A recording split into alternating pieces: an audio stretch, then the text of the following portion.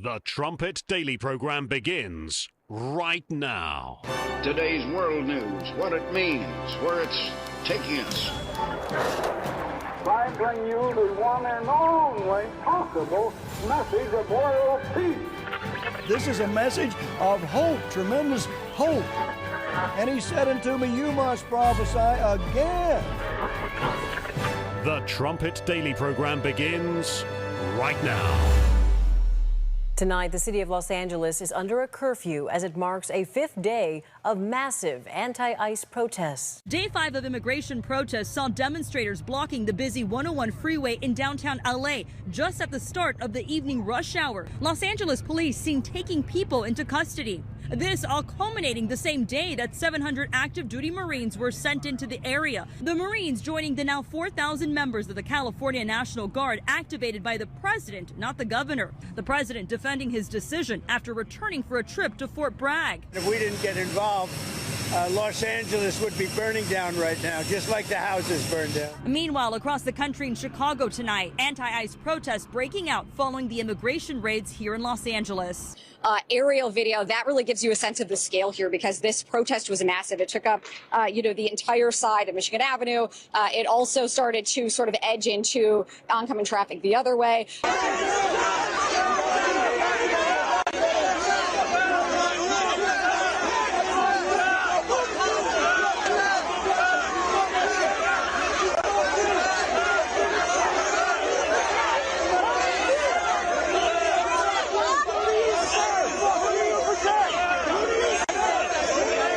This has been a peaceful protest. The major incident here was that car that appeared to clip a few protesters. That was at Wabash and Monroe. There's the red car that's coming in, and you'll see people trying to get out of the way, others standing in front, and others beating the car, trying to slow it down or stop it. And then you'll see the officer right there as it passed. There were officers lined up there, but the car was able to escape.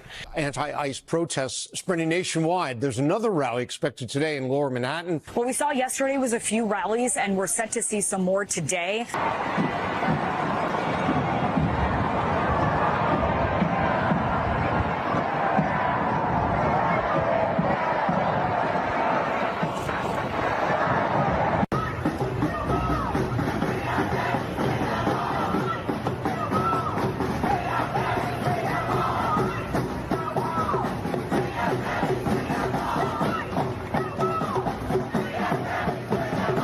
We've seen flags of Mexico, we've seen the Palestinian flag, and really just a convergence of different issues and different concerns that people here in New York City have. Another live look at protests continuing into the night in Los Angeles and here in Portland as well. It's been multiple days since some started camping outside the ICE building in South Portland, many fired up about deportations. Anger over immigration raids started in L.A. with protests and spread from city to city. Tonight, it reaches Kansas City with protesters on the march. Hundreds turned to thousands. Seems as though the two groups merged right when we got to the Crossroads area. And there they took to the streets. The ICE raids are a big issue for Floridians, too. Hundreds of people came out today to Tampa City Hall to demonstrate for hours in solidarity with those protesters in L.A. Hundreds of protesters started marching through the streets of Denver just before 7 p.m. Later, protesters are seen running away from the area. You can see some smoke in the distance. It's not clear if that is tear gas. They're asking for ICE to remove a presence from Denver and to remove a presence from LA and across the country. But as you can see, the protest that was supposed to just start at 5:30 has not died down at all. If anything, it's continued to grow. It continues to grow. The riot organizers, and there are organizers, there are people funding this. So many of these individuals are paid actors, and it's 5 days now in Los Angeles, and it's spreading to Portland, to Denver, to Chicago, to New York, to San Francisco. It's coming to a city near you. You're listening to Stephen Flurry, and this is the Trumpet Daily. We appreciate you joining us on today's show. You can get to the live video stream of this program at trumpetdaily.com or at the Rumble channel. Just go to rumble.com/Trumpet Daily. Leave us a nice comment, if you will. And if you'd like to email the show, you can reach us at td@thetrumpet.com. trumpet.com. So all week I've been emphasizing this stark contrast between what's happening in the world today, the present evil world, as Paul called it in Galatians 1:4. And if that's God's assessment of the world that then was 2,000 years ago, what would he think of today? Today's world. I keep mentioning 2 Timothy 3, in the last days. And then there's this 5-verse description of what we're seeing.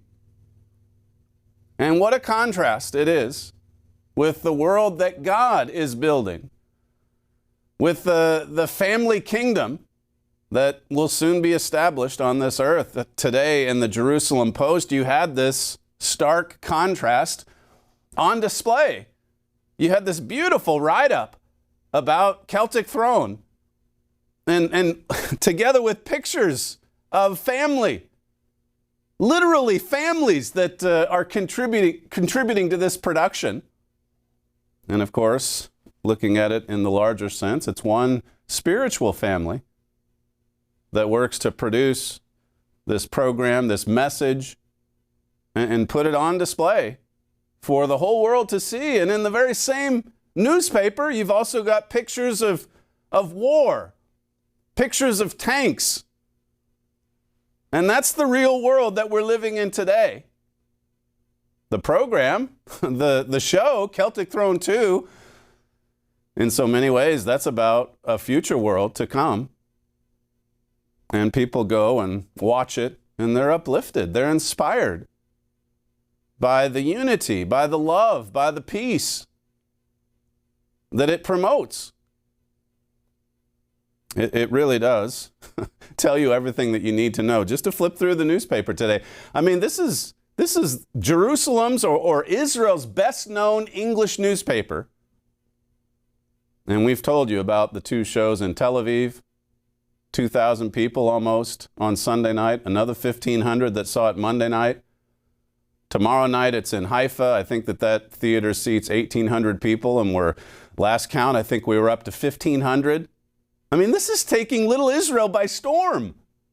This is incredible. And then you read these reviews. The Jerusalem Post says the Irish dance troupe show was 2 hours of sheer musical dance energy that made you feel good, happy, and very much alive. This is a well-known columnist in Israel.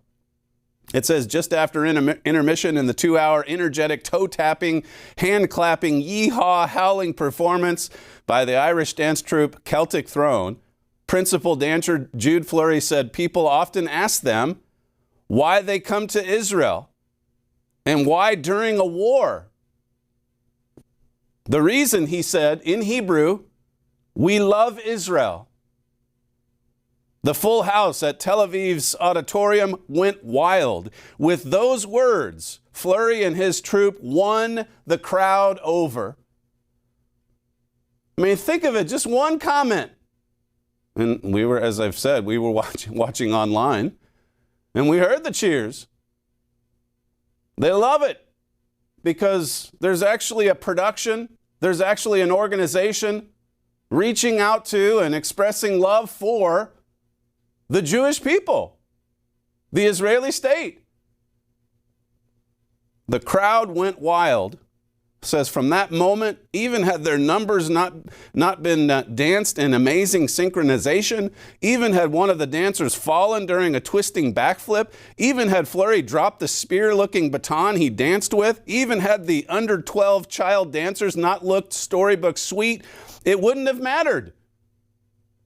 Just the expression of love for Israel in a world that increasingly hates Israel. They hate Israel.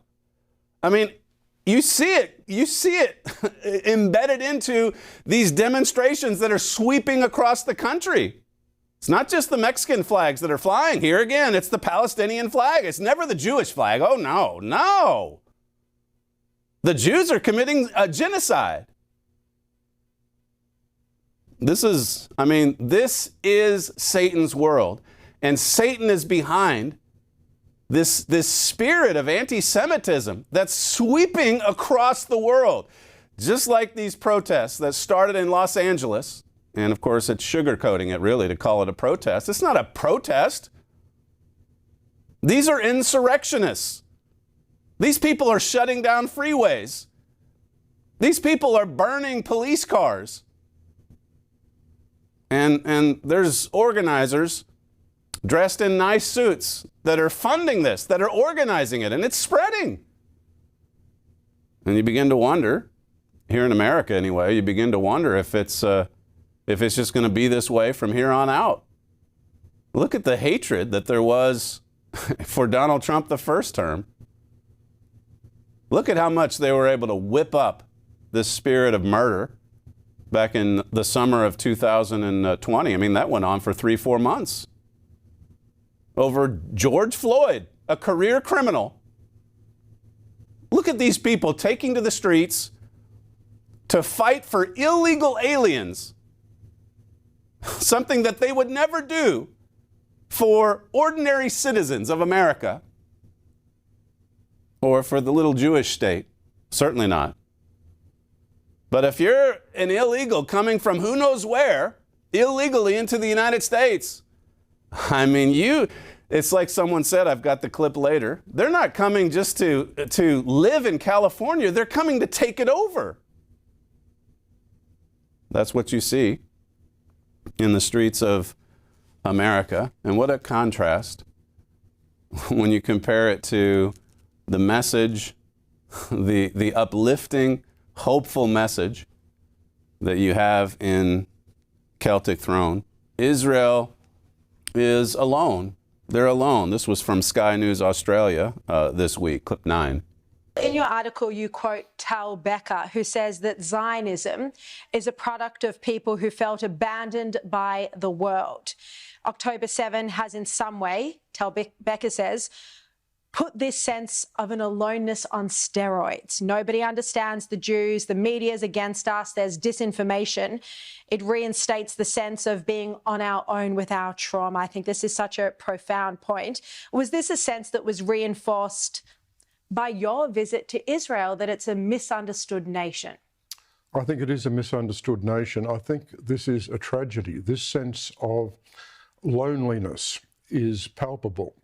There's a lot of anti-Israeli sentiment in much of the Western world, and the war has been the excuse for a lot of people, particularly people on the left, to fan that sentiment.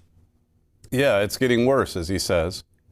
I mean, the whole movement, Zionism, it was brought on by the fact that Israel, or Jews, had felt abandoned by the world.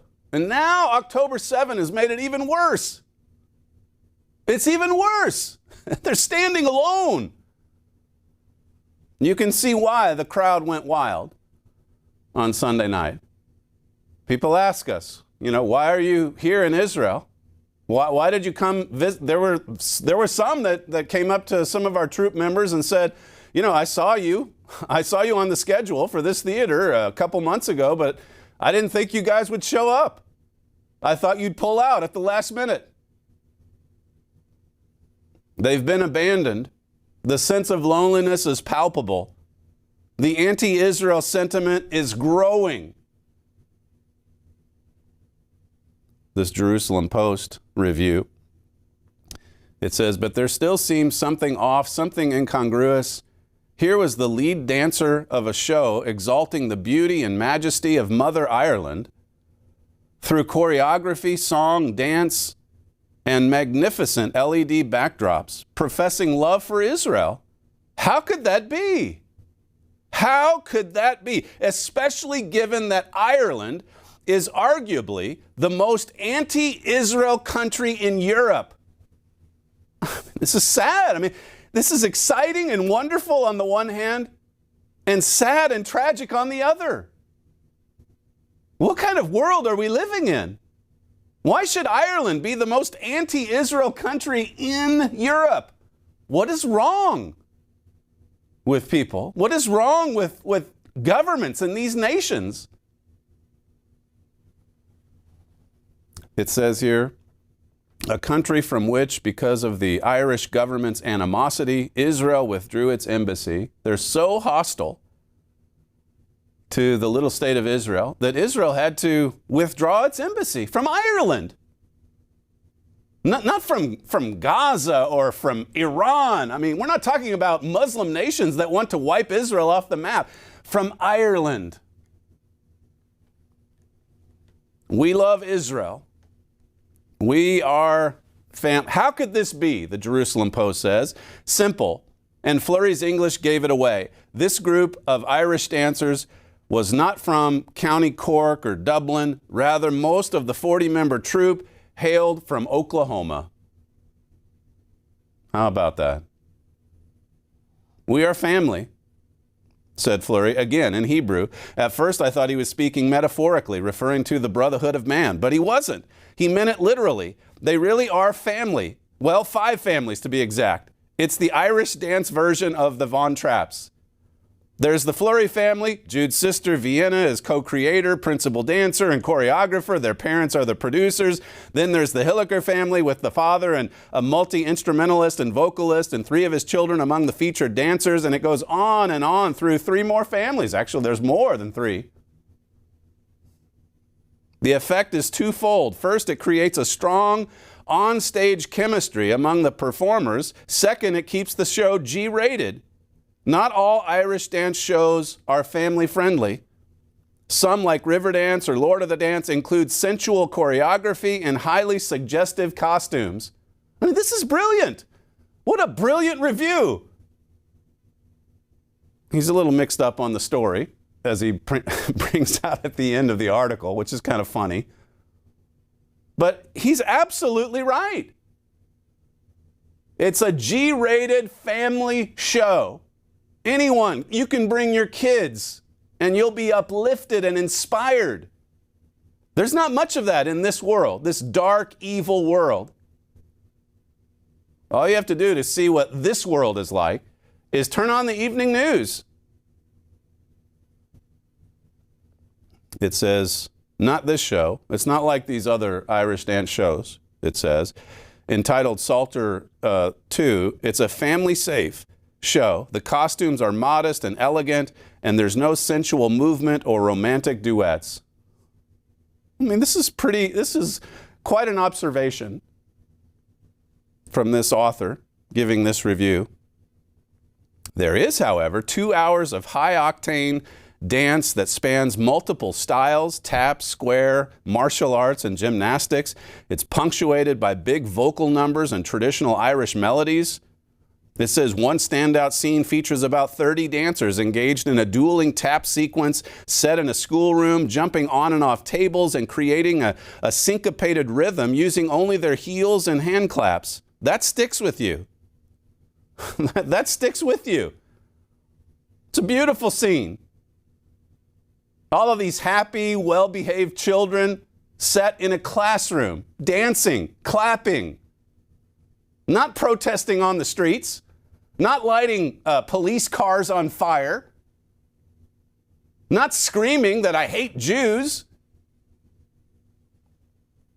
Mr. Armstrong, Herbert Armstrong, he wrote this wonderful book many years ago, The Wonderful World Tomorrow, What It Will Be Like. It's a wonderful world that God's about to establish on this earth. And as Mr. Armstrong taught us, I mean, God's not, and this is represented in traditional Christianity, that God's kind of doing a repair job. Satan entered into the Garden of Eden and caught him off guard. And then ever since, God was kind of backpedaling there. And, well, he's trying to call everyone to salvation now in this world. In this present evil world. Get as many people saved as possible. And then we can kind of reform this world. God says, no, this world, it's gasping for breath. It's about to die. It's about to be replaced with God's world, with the wonderful world tomorrow. And that world is described in hundreds of prophecies throughout the Bible. That's why God wants us to be people of vision. I made this point earlier this week as well. we've got to keep this glorious vision right at the forefront of our minds. Read through Hebrews 11 sometime, and you see all of these faithful heroes of Scripture, how that they were searching for New Jerusalem, a new city. Well, that's sung about in Celtic Throne 2. New Jerusalem. It's described in the book of Revelation, this glorious city, this headquarters city where God's family will dwell, and it'll become the headquarters capital, the universe headquarters forever. We've got a lot to look forward to. We've got quite the vision. It mentions this standout scene in the classroom. It says, another scene has Jude Fleury squaring off against a traditional Irish frame drum, the bodhrán, with his tapping feet moving faster than the drummer's hands. It says, don't be surprised. Do not be surprised if you leave the theater moving your feet fast, arms stiff at your sides, humming that old Irish sea shanty they performed. Heave away, my jolly boys, we're all bound to go. Sorry, I won't sing anymore. But you'll find yourself singing and toe tapping if you view Celtic Throne 2. A beautiful message. This was, I think we played some of this on Monday, the end of the show, Sunday night in Tel Aviv, where, as one of the viewers came back later and said, just make sure you appreciate that standing ovation because Israelis don't do that very often. And we posted this on YouTube. It's got like 14,000 views now, just after a day or two. This standing ovation in the theater there in Tel Aviv. This is clip 24.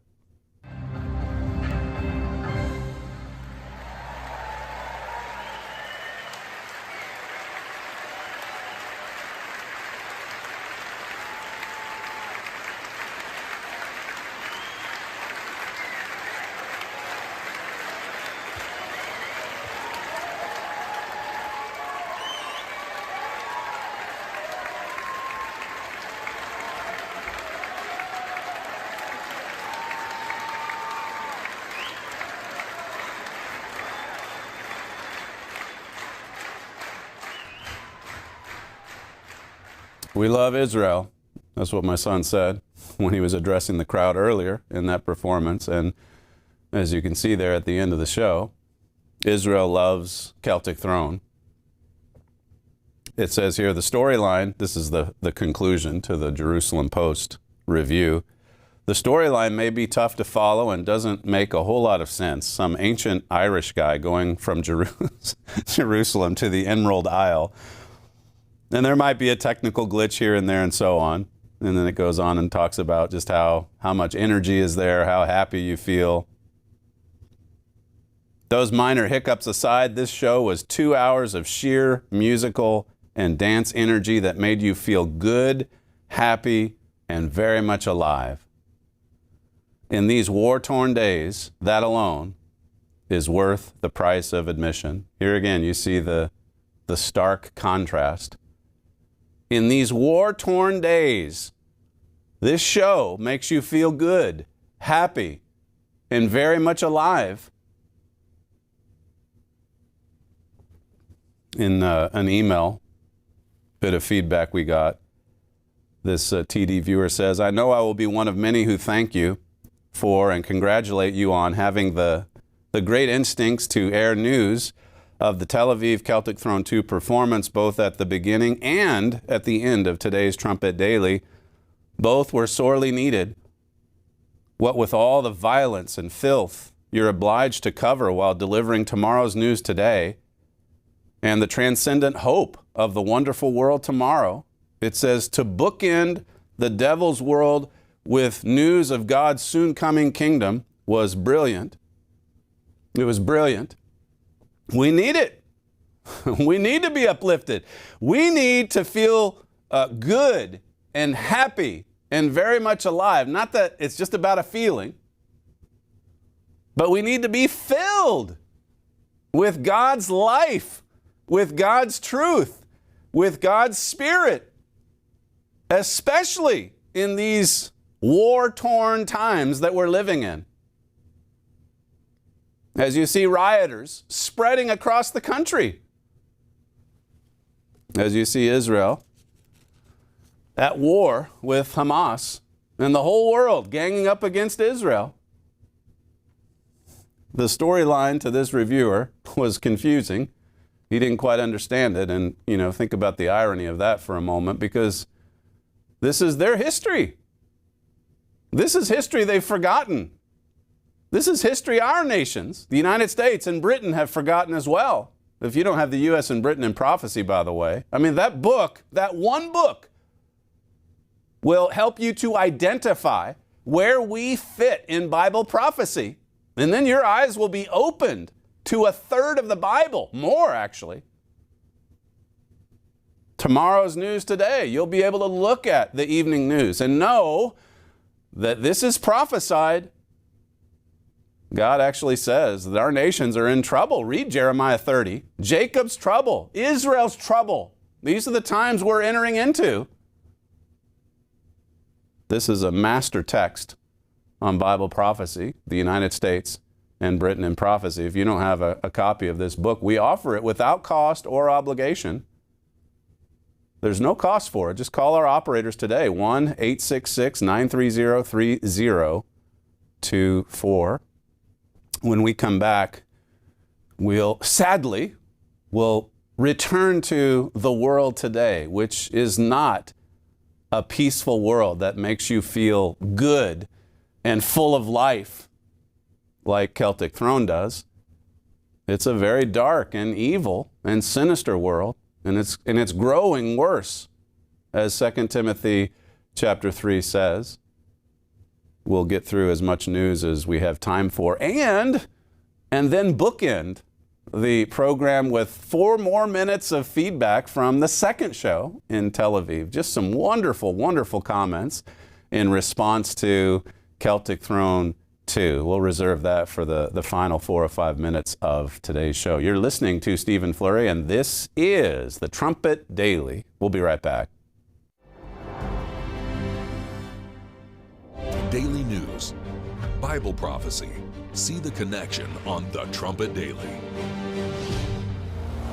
Are you feeling overwhelmed by the flood of news and information? You need something to sift the news and bring you only what matters most. You need the Trumpet Daily. You also need something to help you understand not just what's happening now, but what will happen next. You need the Trumpet Daily. Only the Trumpet Daily accurately matches daily news to precise Bible prophecies. Because Bible prophecy is the only tool up to the task of sifting the news down to what's important and showing you what will happen next. Join host Stephen Flurry every weekday.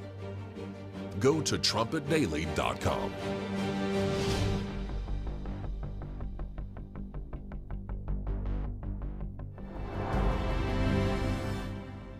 Generations of Army heroes did not shed their blood on distant shores only to watch our country be destroyed by invasion and third world lawlessness here at home, like is happening in California.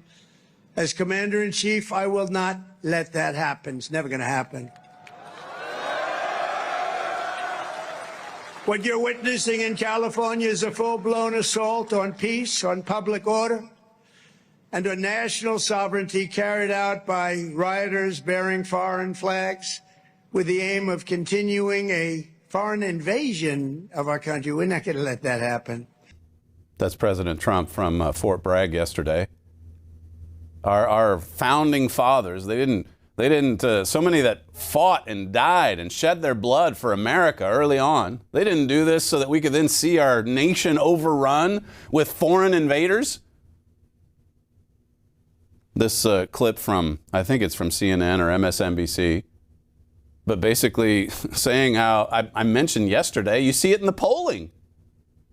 President Trump has support from Americans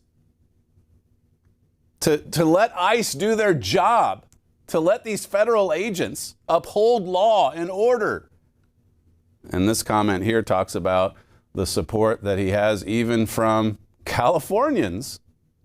As left-wing as the state is overall. This is clip 4. At the end of the day, Abby, all I can say is that we had 11 million people that came into America illegally. We don't know who they are. We don't know where they came from. There's a lot of them in California. Californians, I haven't had anybody come up to me and say, hey, get the National Guard out of here. Nobody in California is saying that. They want to be safe. And to have President Trump send the National Guard, at the end of the day, it's a message that he didn't trust. He didn't trust Karen Bass, and he didn't trust Gavin Newsom to operate independently and to protect his troops, ICE agents, federal buildings, and so forth. So he did what he had to do. And I think Californians support that, to be very sincere, Abby. Angelenos support that. I don't hear anybody saying, get out of here. People want to be safe. People want to be able to drive to work without protesters shutting down entire freeways. People want, the men in blue, law enforcement. They want them to do their jobs. They don't want to see their police cars burning in the streets. This is from PJ Media. It's the 5th night of the peaceful, quote unquote, anti-ICE riots in Los Angeles, and the lawlessness is spreading throughout the country like wildfire. NBC reported that demonstrations were planned in cities like New York, Boston, Chicago, Dallas, Atlanta. The New York Post reports that at least 45 people have been arrested in New York City so far in various places. Things seem to be even worse in Chicago, where thousands of people took to the streets earlier today. At some point, a car drove through the crowd, hitting at least one pedestrian. It's not clear whether anyone was injured. The driver was stuck between police vehicles on State Street. Officers wanted to guide her away from the crowd and asked her to turn right on Monroe Street, but she ignored their orders and turned left, speeding into the crowd. So just a little bit of mayhem, a little bit of violence. And yet you listen to the talking heads. You listen to these radical Democrats and you wonder what happened. When did the Democrat Party become so demonic that it would support this kind of thing? As I said earlier this week, 2 seconds ago, they were, pro-law enforcement. Yeah, we're for law and order. We've got to get those who obstruct justice. Look, when they were going after Trump, look at how much they talked about justice and those that would obstruct it. That's what these people are doing. They're obstructing federal agents from doing their job, from administering justice. That's what they're doing. Now you see they're pro-lawlessness. They love it. If ICE would just get out of these communities, then peace and prosperity would break out the world over. Listen to Maxine Waters from yesterday, clip 5. And even those who were out of step with what we are advocating, peaceful protest, did not create any violence. Nobody was shot. Nobody was killed. Get it in your head. And so when martial law is called, what are you going to say? I missed the point. Don't miss the point, you all. Don't think that somehow, because they called out the National Guard, there was violence. There was no violence. I was on the street. I know. And I went from downtown detention back out into the community, talking to people what happened in Paramount, what happened in Compton, what happened in Inglewood. So, first of all, get it straight. And don't just rely on what you're being told or the few incidents that you saw. Don't rely on the incidents you saw or what you might have heard. Get this straight. There's no violence. Nobody was shot. And then, of course, when people get shot and when they're killed, then they'll just say, well, it did happen, but it's Trump's fault. It's because they're resisting ICE. ICE, they're the Nazis. We've got to resist. We've got to make our voices heard. We've got to make our presence known. But don't believe your eyes, what you see. Listen to Brian Stelter echoing the same talking point. Clip 6. A lot of these algorithms are surfacing hours old or even days old content. So you might be looking at a video of something, wondering what's happening in LA. It's actually from 2 days ago. And that's, it only matters because it can give people a false impression of what's actually happening at a moment of unrest. These people, you can't trust what you see online because it may be 2 days old.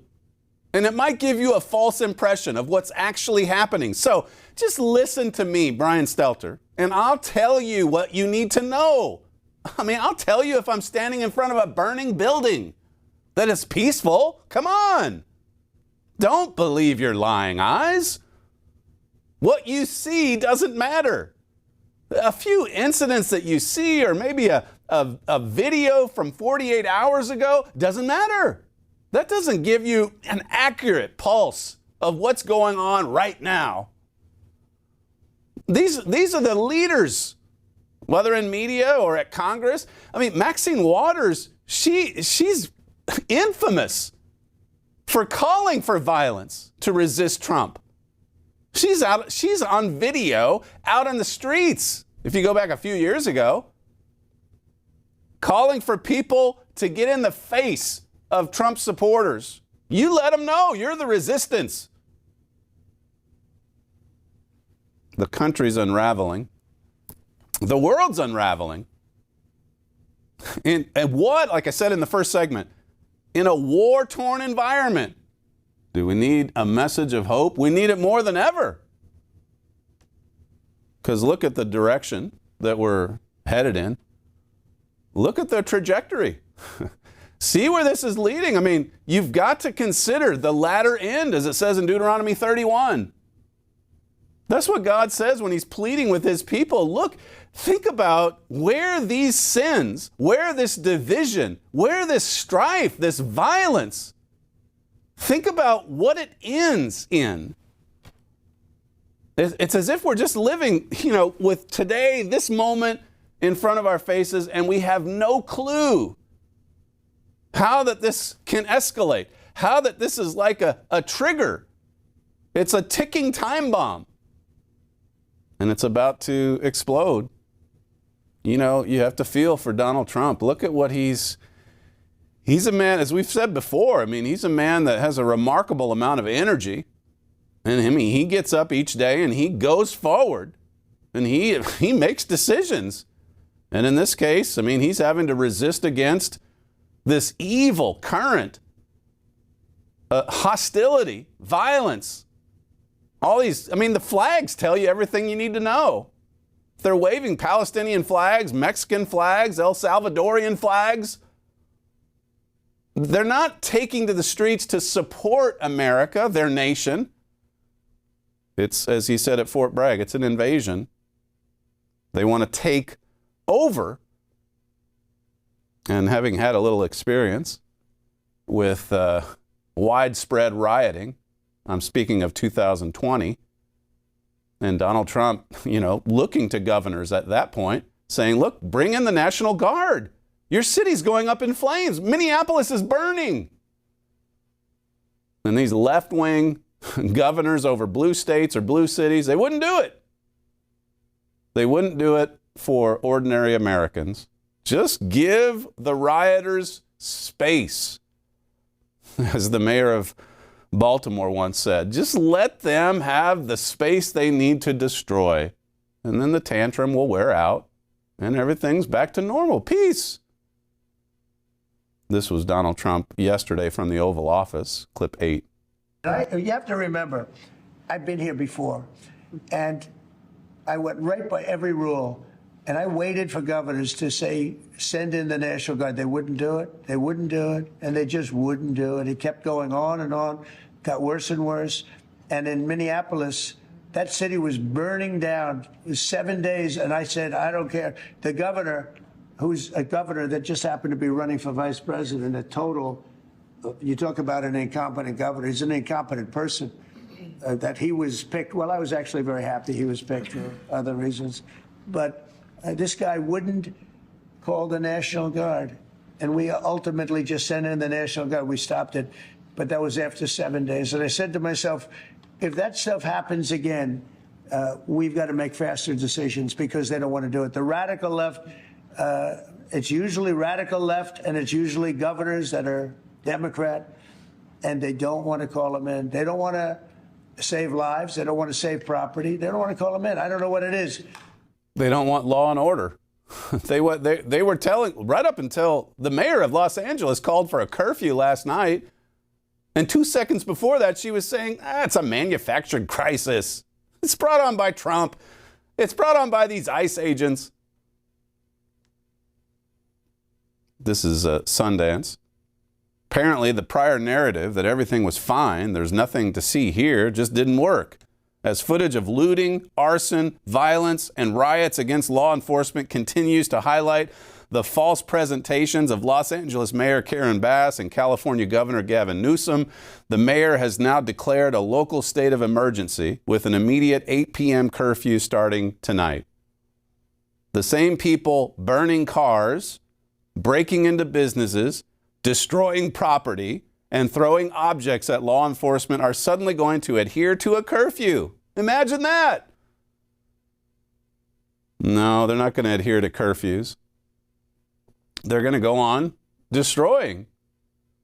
They're going to go on rioting. They're going to continue looting and burning.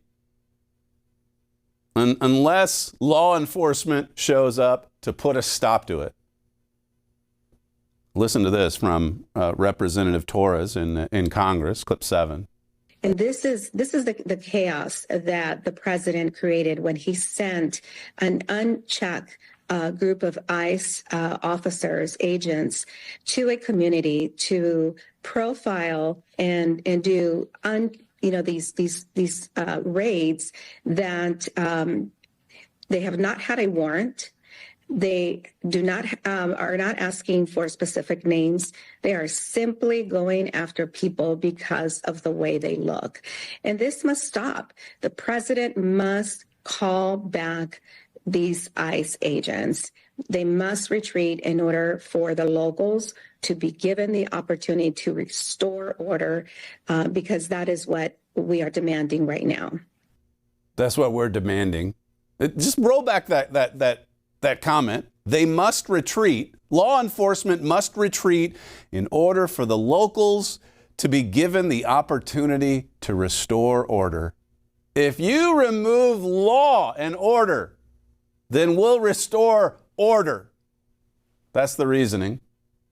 That's the devil's reasoning. It doesn't even make sense.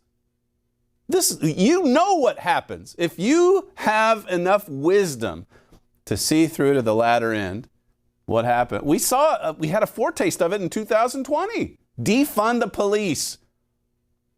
The police in so many communities around the country, they were handcuffed that year. That's why murders skyrocketed in 2020, in 2021. And then the police got back to normal once everything died down with St. Floyd. But people were murdered in 2020 and 2021 because of the attack on law enforcement. And that's what's happening here. It's the same thing. History's repeating itself. I mean, people are going to die. People are going to be murdered because of this. The other thing, too, about this is it's as if no one's ever been deported by ICE under any other president in U.S. history. It's only happened under Trump. No, actually, it's happened under every president. But you can see why.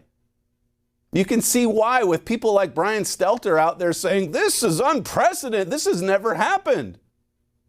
And don't believe your eyes and what you see, a few incidents on TV. Heather McDonald at City Journal. She says, after a day and a half of rioting in Los Angeles, President Trump activated the National Guard to protect federal officers and property, and riots were triggered by ICE's attempts on Friday, June 6, to arrest a few dozen illegal aliens. That representative talked about the ICE agents not having a warrant. Like she's an expert on what's lawful or what's unlawful for these federal agents doing their job. And she doesn't care at all about the fact that the individuals they're going after are illegal. They broke the law when they set foot into the country.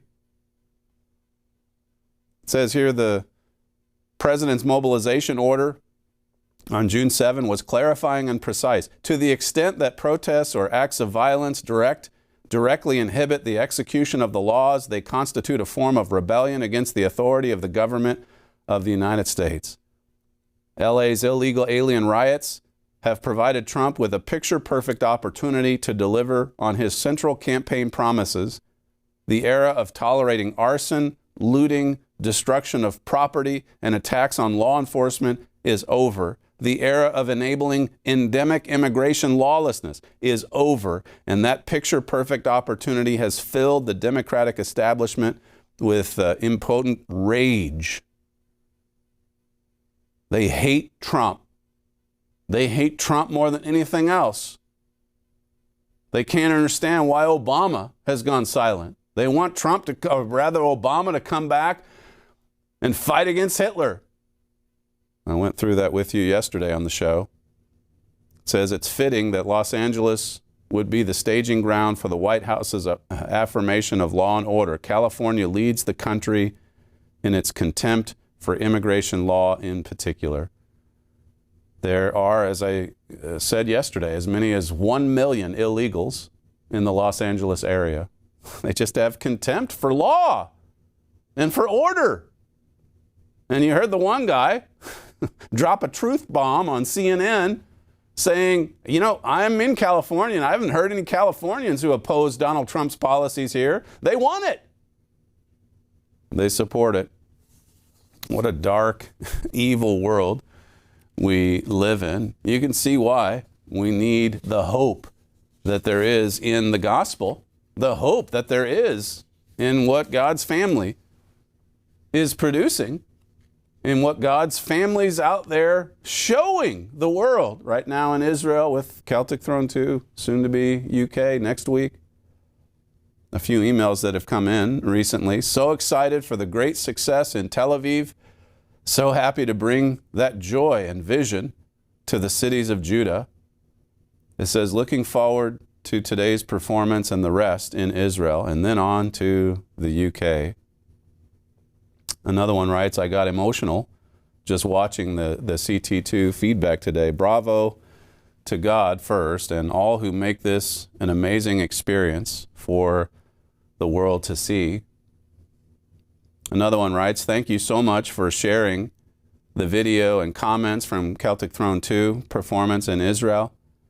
The comments from the audience brought tears to my eyes, seeing how appreciative and impressed they were with every aspect of the show. We know there were some technical issues that caused some stress prior to the show, but once again, our loving God took care of everything. Please send our thanks to Mr. Fleury and to everyone involved. Brethren around the world are united, humbled, and thankful to support this great work. There was quite a heavy load of stress on the stage crew and the setup guys with the sound and the video board in the back, as they just had all day Sunday to get it all set. Right up to the last minute, there were things in motion that could have gone wrong. A few glitches like the JP even brought out, but still, you went away from the show feeling good, feeling happy, feeling alive. Another one says, extremely heartwarming and wonderful to see how our brothers in Judah were to the performers. So well received and grateful for their visit. I hope that Judah knows that they are still loved by some of us in the world. I hope that little Judah still knows that there are some that love them, that are brothers. It says, I could cry a river because of the way the rest of the world has turned their back on or turned against our beloved brother Judah, and the receiver, rather, of the scepter promise. It says, please, God, please speed Christ's return with that scepter of peace and power.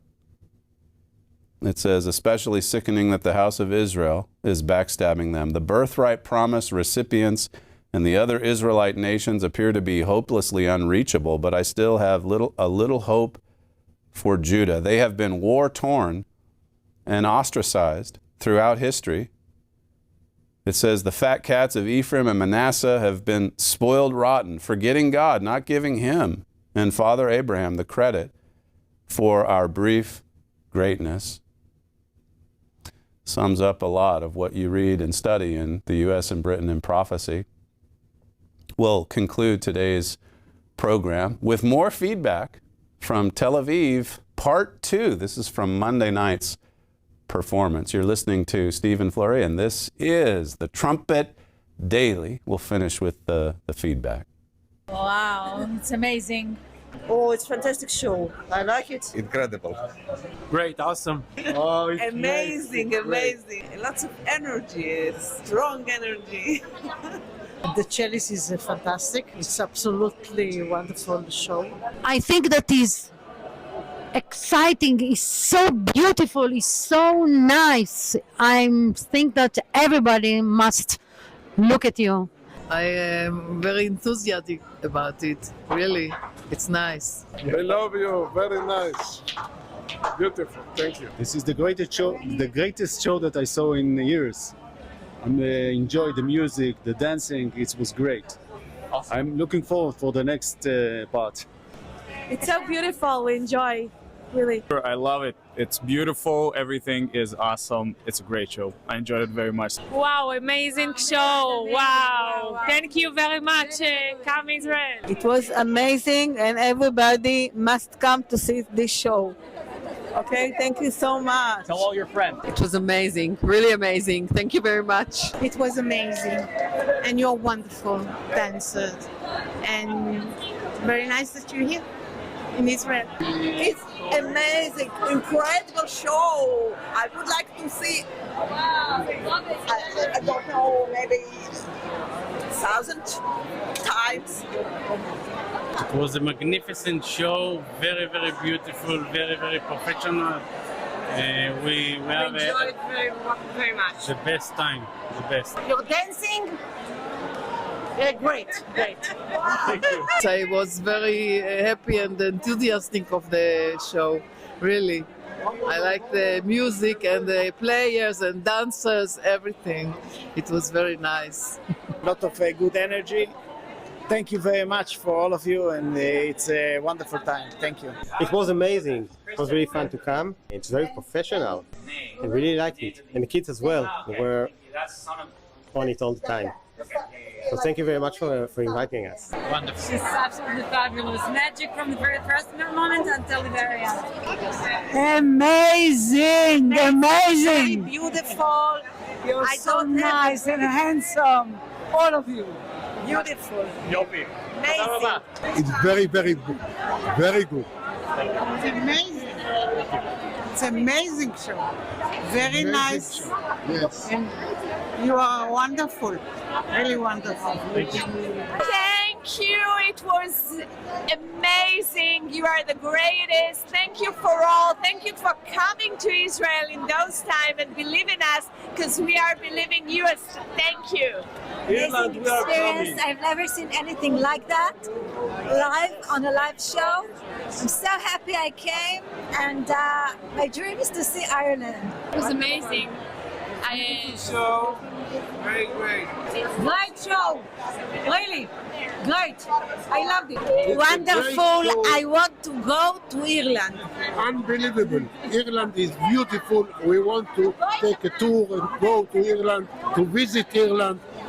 And with nice people like you, it's great. We liked it. It was awesome. Thank you. It was really, really nice. Really impressive. The best ever I've seen. Yeah. Thank you. It was amazing. We loved you guys, and we came especially from the north to see you, all the family. So thank you so much. It was really well done. You made us so excited that we're so unwanted in the world. But what's your name, sorry? I'm Jude. When Jude said what he said, it made me cry. I was so excited. Thank you very, very much. You were all wonderful, all brilliant. No words, no words. It's a beautiful evening. Thank you very much. I appreciate it. Thank you.